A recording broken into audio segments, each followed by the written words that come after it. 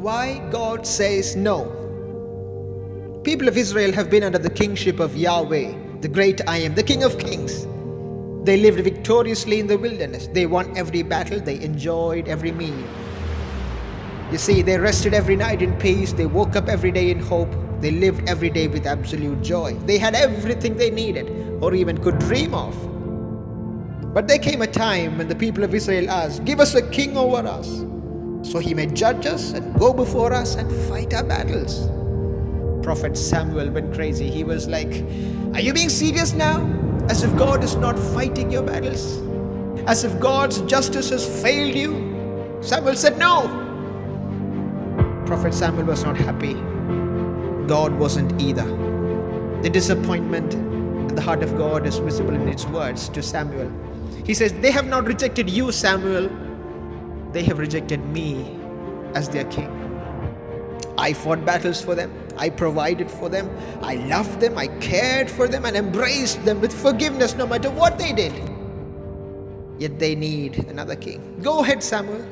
Go ahead, give them a king." And do you know what happened after that? From a position where God fought battles for them, Israel had to fight battles to save the king. From a position where God provided for them, they had to provide for the king. From a position where their sons and daughters were protected and nourished in their houses, they lost their sons in battles and their daughters to their enemies. Listen, when we become adamant in asking God for something which He has already said no, when we become so adamant in asking God for something which is not of the heart of God, when we become so adamant and continue in sin, God sometimes says, "It's okay. Okay, yes, go ahead, do it." Do you know why? So that after we have gone through the pain, the brokenness, and all of the disaster that came along with our choice, we would one day turn back and realize why God said no in the beginning. Don't just pray for God's will.